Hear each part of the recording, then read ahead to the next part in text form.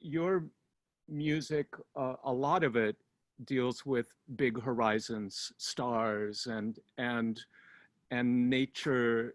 The natural world is obviously important to you.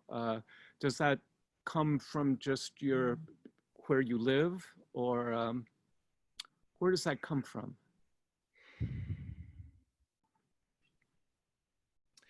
I think it comes from my childhood, where every summer, actually every weekend, I spent in my grandmother's farm, and she had a river, she had a cow, she had 10 hens, she had 2 pigs, and she had a agriculture land, and so I was involved in all those works.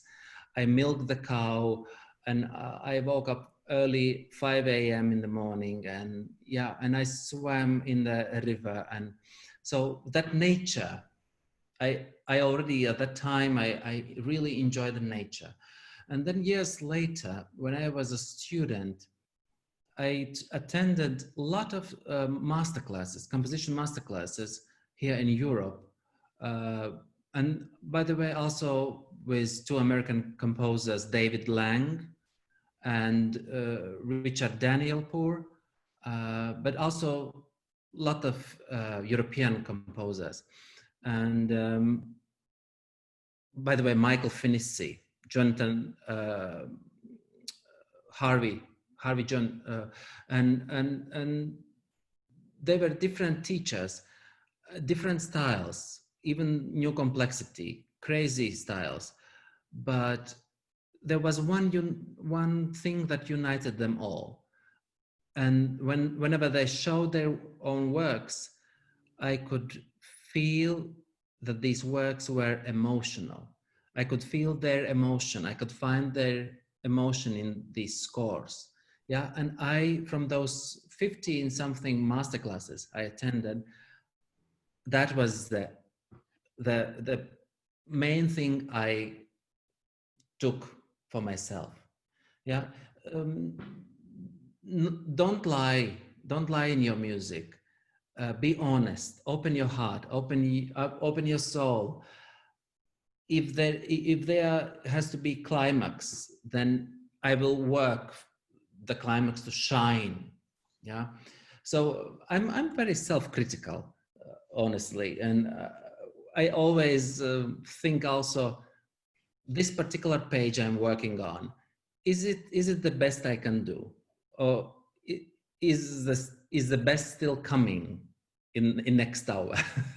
So yeah, you see, I'm a professional composer, but at the same time I also a human being, and I put my sincere emotions in every piece, and I also ask those critical questions. So this trinity is very essential. Absolutely. I mean, that's why the music ends up as good as it is, because you've worked on it. I mean, the Mozarts are few and far between. Most of us have to work pretty hard to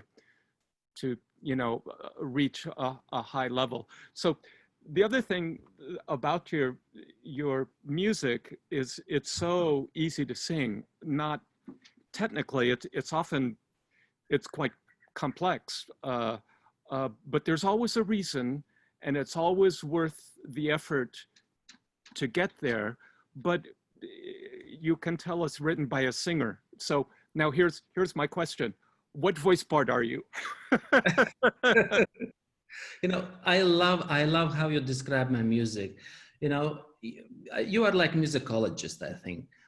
Sometimes musicologists write me and they ask me such questions that they have found such details in my scores, and I just wonder, when I composed, I didn't think about such details, what later musicologists find in the scores. I'm first tenor. Yeah, I was hoping you'd say that. I'm a tenor as well, so more a second tenor. But yeah, I have a private little tally going. People come to writing choral music either as keyboard players, which uh, I didn't know that you were, or as singers. And I think the singers just, I don't know, uh, when you actually know what it feels like for the singer, it just, I think that's Yeah. helpful. Yeah, and even my professor, when I studied, my professor of instrumentation, he said to me, uh, if when you compose even for symphony orchestra, if you can hum or if you can just sing yourself second oboe part or first clarinet, third trumpet, if you just can, like, not necessary to sing with a full voice, but just hum, and if it sounds natural to you, then it will sound also natural, you know, the symphony orchestra. So, and I'm still humming. I compose at my piano, but I hum, and lyrics is in front of me, and yeah, that's process how I compose. And even when I was already professional composer, but I still sang with the state choir Latvia. It was my daily job for 9 years. You know, every piece we sang, I analyzed why this page is so fantastic. Why? What's the secret? What's technical? What's behind it? And why another piece is quite boring. You see, and these 9 years with professional state choir, this was also my school where I kept studying. What a dream to sing full time in a choir. I mean, I think when people hear that, they're going to say, "Oh, you know, I should have been born in Latvia." Oh my goodness, you know, uh, the last 2 years were like a burden to me to sing in that choir, honestly, because I was already receiving commissions more and more. So it was at the end of those 9 years, you know, I woke up early, fresh, ready and inspired, ready to work on my own new work. But now I had to go to the choir.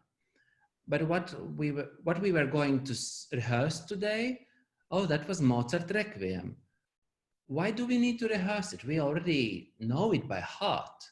Because tomorrow comes the guest conductor. We just need to remind it. Oh my goodness, that's boring. That's boring. You know, and yeah, that's the last 2 years for me as a composer was not happy with the choir. Well, your life was starting to go a different. Then you went to Trinity from there. Yes, you know, and I was still quite not strong enough to make this decision and to leave the choir. Um, and the economical crisis came, you remember, in 2008, Yeah. 2009. So the crisis came, and to leave the daily job, that wouldn't be a good idea. So I had to stay with the choir, yeah. But my heart was already in composition. So, but because of the crisis, I stayed with the choir, and then this invitation to go to Trinity. In 2010, I received this invitation to apply to the competition, and I did. But still, the recovery from the crisis was very, very slow.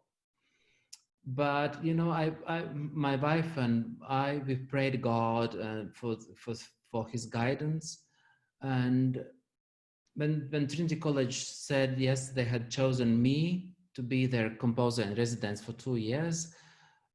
So I received this invitation as the answer from God. So I said goodbye to the State Choir Latvia, and I accepted the invitation and to go to Cambridge. I didn't know how it would end, how it will end after 2 years, but I had a feeling I had to jump. I had to jump without knowing where I will land. So, but it was a good jump and very good landing. Well, Stephen Layton is God, I think, in this story. But beyond that, you followed your heart and you saw what you needed to be doing, and you took a chance, and that's very brave. Well, that's what I'm thinking about my younger colleagues, my students, how to be, how I can be an encouraging person to them, to whisper some suggestions, to give advice, to help them open some doors. Yeah, it's very important to stay with open heart and to be ready to help. Yeah, this is kind of my motto in life at this moment. And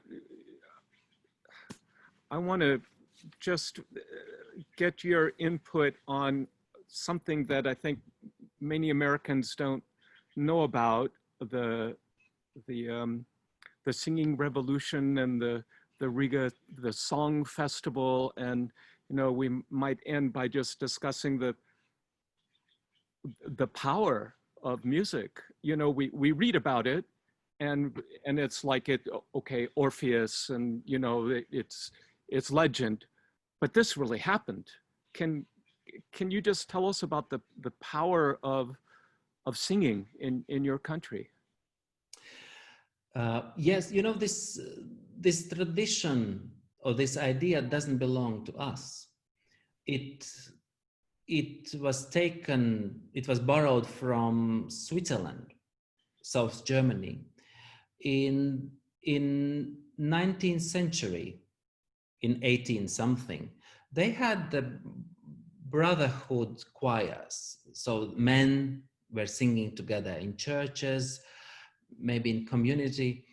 And at that time, Latvia was under the Germany, because we were under Germany actually for 700 years.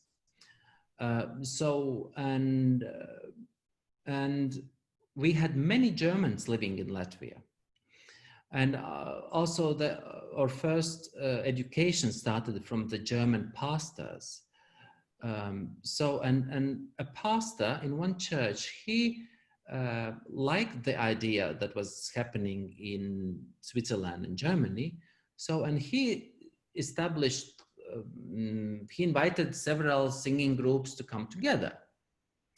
And the first singing event had 400 people, which was, I think, 1869. And then a few years later, in 1873, we had our first song festival. And everyone just loved it. There was not a one conductor guiding the choir. There was main conductor, and then on both sides, in a distance, were two other conductors just helping, Yeah. But Latvia as independent country was established only in 1918. You see, even the song festival was before the country was established. So this and feeling people together, singing together, excuse me. So that movement became kind of regular. Was it every 5 years? Was it 8 years?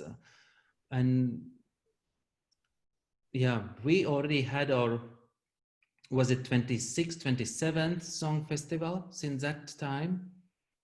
And we have open stage out in Riga, in the capital, open stage where can about 14 or 15,000 singers come together and sing. Yeah. And the story of the singing revolution, how it actually was a force. It helped to create this change. People, that if we broaden that thought, that art and the wanting freedom of expression, and these people just spontaneously singing changed the world. Yes, in 1940, when already the Second World War was started by Germany fighting in Poland and France and Latvia and the other Baltic states, Estonia and Lithuania, we were still free. But in one day, in 1940, Russia occupied our country, and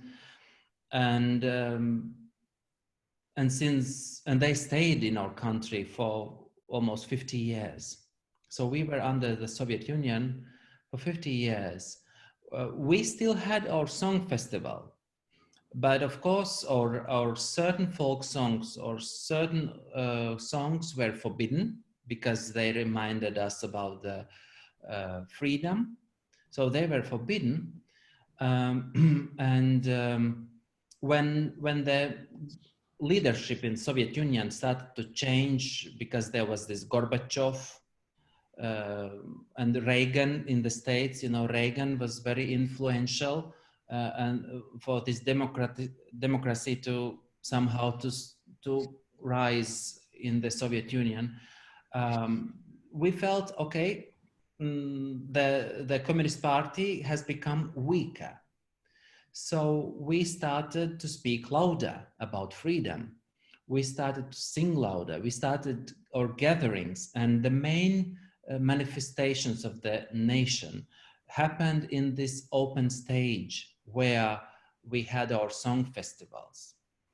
And so many, I don't know, 100,000 people gathered there. And from time to time in 1980s, there were still the police and Soviet army was around the territory, but they didn't shoot, they didn't do anything aggressive, they just were there.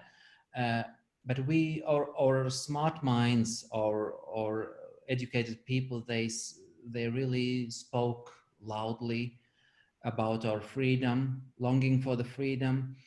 And so day by day, week by week, year by year, our voices become louder and louder.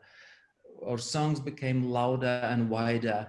And yeah, so this is called singing revolution because it happened in that place, or manifestations or calls for freedom in this song festival open stage place.